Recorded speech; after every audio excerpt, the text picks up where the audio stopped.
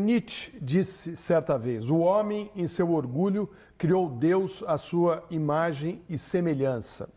Qual a verdadeira função de Deus na sociedade humana?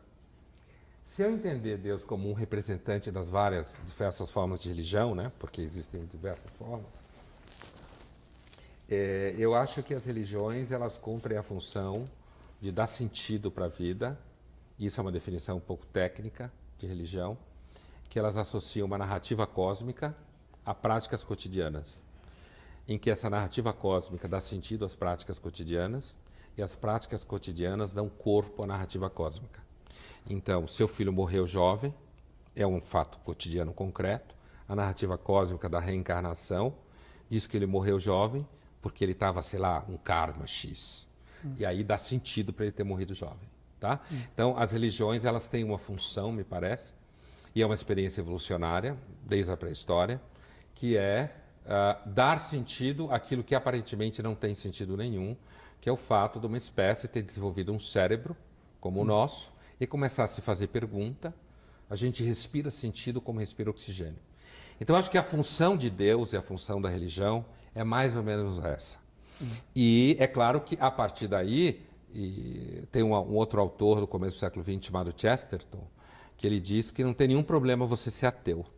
O problema é que a maior parte dos ateus começam a acreditar em qualquer besteira. Então você joga fora Deus, acredita na política, na história, na natureza. Você frequenta o candomblé em si mesmo. Porque acredita, não? Eu? Não. Eu já fui, inclusive fiz um programa para a TV Folha no candomblé, já escrevi sobre Exu, entrevistei um Exu em uma pombagira. Né? Eu acho o candomblé, de todas as manifestações religiosas, a mais interessante. É a que mais dá vontade de dizer: eu não creio nas brujas, pero que elas hay, por conta da codificação, da forma como eles apresentam. Agora, a minha posição, quando se pergunta, eu não acredito, eu não tenho fé em coisa nenhuma. Né? Apesar de eu achar que, se Deus existir, o universo é muito mais interessante. Porque eu não conheço o personagem mais complexo, que não cabe na linguagem, do que o Deus do mundo ocidental, pelo menos, o mundo semita, grosso modo. Mas você não arrumou um atalho para acreditar em Deus quando você diz isso? Não, na realidade, não, porque assim, eu não acredito em Deus no sentido que eu não preciso de acreditar em Deus no dia a dia, eu não acho que existe vida após a morte. O que eu acho é que o personagem Deus, falando filosoficamente, quando você estuda ele está fora da linguagem, ele é eterno, ele força o cérebro. Essa é uma experiência que eu tenho em filosofia. Quando você tenta pensar em Deus, tal como ele é não definido, isso produz uma espécie de vertigem conceitual que é muito mais interessante do que pensar a sociedade, pensar a justiça social, seja lá o que for. Agora eu quero voltar à coisa do candomblé lá, aquela história do acreditar. A minha relação com a religião, e a minha disciplina na PUC é Filosofia da Religião, a minha relação pessoal com a religião é assim: eu não acho que porque você é ateu, você é mais inteligente, pelo contrário, eu acho que ser ateu é a pessoa mais evidente em filosofia. Eu conheço muitos religiosos inteligentes, assim como eu conheço religiosos pouco inteligentes e ateus do mesmo jeito. Mas a minha posição em relação, por exemplo, quando eu conversei com o Exu, eu não estou preocupado em provar que ele não é o Exu. Eu não estou preocupado em desarticular o que ele fala. Mas eu jamais gastaria R$10 com um trabalho no candomblé. Porque eu não acredito que faça coisa nenhuma. Entendeu minha posição? Ela não é evidente. E eu sei que ela não é evidente, porque é difícil de catalogar. Eu não acredito, mas eu acho uma pombagira encantadora. É uma mulher que fala coisas eróticas e que conta histórias e canta músicas. Entende? Agora, se ela virar para mim e disser assim: Pondé, você tem que fazer um trabalho e gastar R$1.500, eu vou dizer: me desculpa, mas eu não vou fazer porque eu não acredito que você consiga 1 centímetro sequer influenciar na minha vida. No entanto, todos os postes da cidade têm aquelas propagandas, né? Devolva o seu dinheiro. amor. É isso aí. Se você não tiver sucesso... Que coisa, né? É uma capacidade de comunicação e de... Como é que fica ou é uma essa... manipulação mesmo? Olha, eu acho que tem 3 grandes problemas, 3 grandes áreas de choque na vida. Uma é saúde e doença. Outra é dinheiro e trabalho. outra é afeto e família. Se eu for uma pessoa especializada em saber o que a Laura está passando, se eu atuar nessas 3 áreas, eu tenho certeza que eu vou acertar numa grande estatística, levando em conta classe social, idade, sexo, estilo de se vestir, modo como fala a língua, se anda de carro ou não, certo? Eu vou... pouco escapa disso na vida. Os problemas estão relacionados a afeto, ou eles estão relacionados a dinheiro, ou eles estão relacionados à saúde.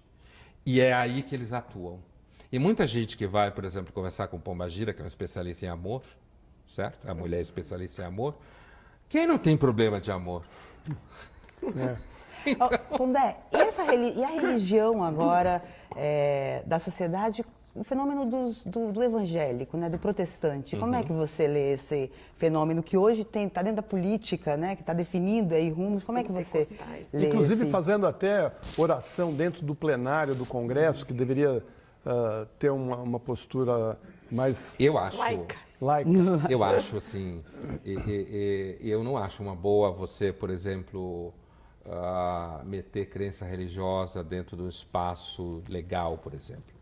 Agora, vamos dar um passo atrás. Eu não vejo muita diferença entre você, e não vejo mesmo, né, falando do ponto de vista conceitual, eu rezar no plenário ou eu ler o Manifesto Comunista. Para mim é a mesma coisa. As duas coisas são crenças metafísicas, sendo que uma é a crença em Jesus, a outra é a crença num processo histórico do qual eu faria parte, principalmente como aquele que vai salvar o resto da população. Dito isso, porque eu acho importante fazer essa marca, então, eu acho que é um problema na escola botar os meninos e meninas para lerem o Evangelho no ensino religioso, assim como é um problema na escola, e que acontece, colocar os meninos e meninas para ficar lendo o Manifesto Comunista o tempo inteiro. Para mim, eu não vejo muita diferença. Agora, os evangélicos, enquanto tal, eu acho que os evangélicos, eles reúnem algumas características. Do ponto de vista econômico, eles têm uma vocação liberal popular. E isso tem um impacto econômico importante, que no Brasil a gente está começando a perceber. Evangélico protestante tem uma lógica, grosso modo, calvinista, grosso modo, que significa eu trabalho, eu ganho, eu cuido dos meus, eu sou responsável pela minha vida. Isso fundou os Estados Unidos, lá atrás, né? E isso está chegando no Brasil, onde você tem evangélico, você tem crescimento econômico, você tem autonomia, você tem isso que alguns sociólogos chamam de liberalismo popular. Não tem nenhuma teoria, é simplesmente aquela coisa pequenininha ali do dia a dia, de eu ir lá, arrumar emprego um para o outro, e as igrejas criam esse tipo de sociabilidade, né? Eles associam isso a um conservadorismo moral. E isso também impacta as pessoas, né? No sentido de que é o conservadorismo moral que aí entra em conflito com, por exemplo, o movimento gay, casamento gay, seja lá o que for. Quer dizer, o evangélico, me parece, que ele hoje, no Brasil, ele causa mais impacto pelo perfil moral deles. Mas, na realidade, eu acho que o maior impacto deles será no perfil econômico liberal popular. Eles podem produzir riqueza no país. Entendeu?